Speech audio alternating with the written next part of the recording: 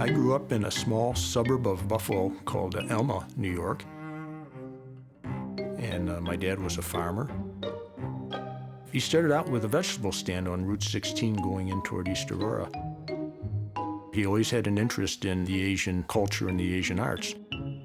So then he expanded and built a new store, and that was called Tsujimoto's. I was toward the end of my college career, and I was upstairs studying. My dad sat at the bottom of the stairs and called me for dinner, and he said, "Hey, I got a call from the Sabres." And I go, "Really?" I said, "What did they want?"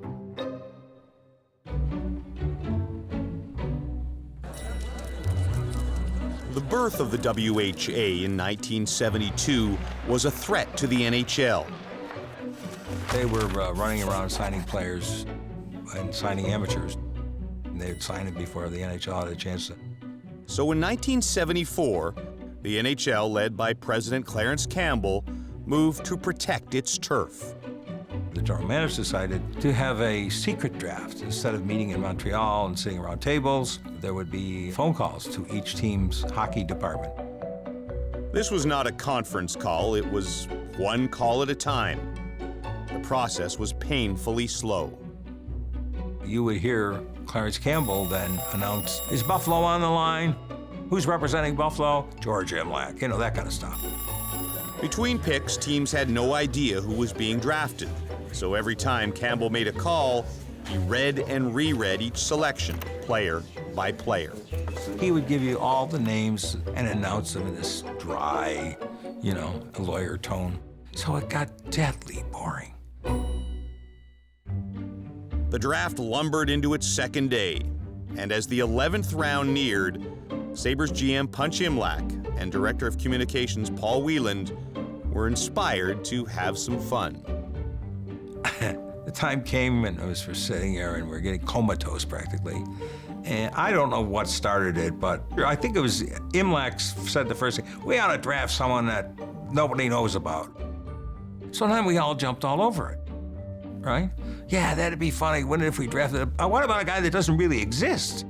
Paul was the one who come up with the idea. There's no doubt in my mind about that. And Imlach, anything to disrupt the usual run of things in the NHL, he was all for. Paul would nudge this towards Punch and, "Yeah, go with it, yeah, come on, we'll get those guys all up in arms." It was Wieland who suggested they make the player Japanese, and he knew instantly what the last name would be. When I was a college student, I drove down Route 16 to go from Buffalo to St. Bonaventure, and I would pass the Tsujimoto store. And that name just stuck in my head. But they needed a hand with character development, so they picked up the phone and called Joshua Tsujimoto. He said, yeah, they wanted to know what a Japanese boy's name was. So he said, Taro was a real popular boy's name. And then they asked him, what's the Japanese word for sabers? And so he said katanas, as the Japanese samurai sword is a katana. We thought, boy, this is going to be funny because he's going to have to spell Taro Tsujimoto back 16 times.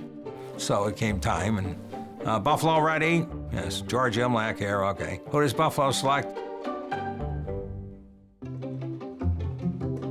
He goes, Taro Tsujimoto. And that was it, and it was fun. And we're just like holding our, like, covering our faces so we don't laugh. And that was it. Campbell didn't call them on it. Wieland and Imlach had slipped one past the league. We didn't swear secrecy, but we just came out of there and said, we're not telling anybody. The owners thought we had a Japanese hockey player coming. We never told them. So it was that Taro Tsujimoto of the Tokyo Katanas snuck into the NHL record book. Come September, his name was on the Sabres training camp roster, and the team even had a stall set up for him. Everybody was wondering about this Taro guy. Like, who's this Taro guy? Who's this Taro guy? Imlach kept up the ruse with reporters as well. And he's describing him. He says, well, we don't have full-time scouts in the Far East, but we had this kid scouted, and he looks like it. We hope he comes to camp. And some writers actually bought it completely. And say, this guy's training in the Himalayan mountains. He's the fastest skater to ever live. I said, they might even forget about the French Connection. So The media just jumped all over it. They thought it was the greatest thing going on.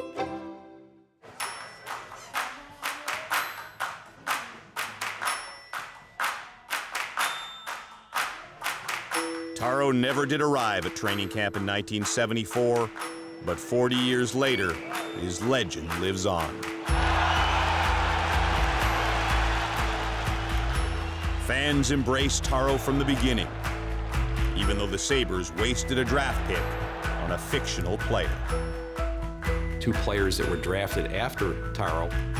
Dave Lumley won 2 cups in Edmonton. Stefan Pearson won 4 cups with the Islanders.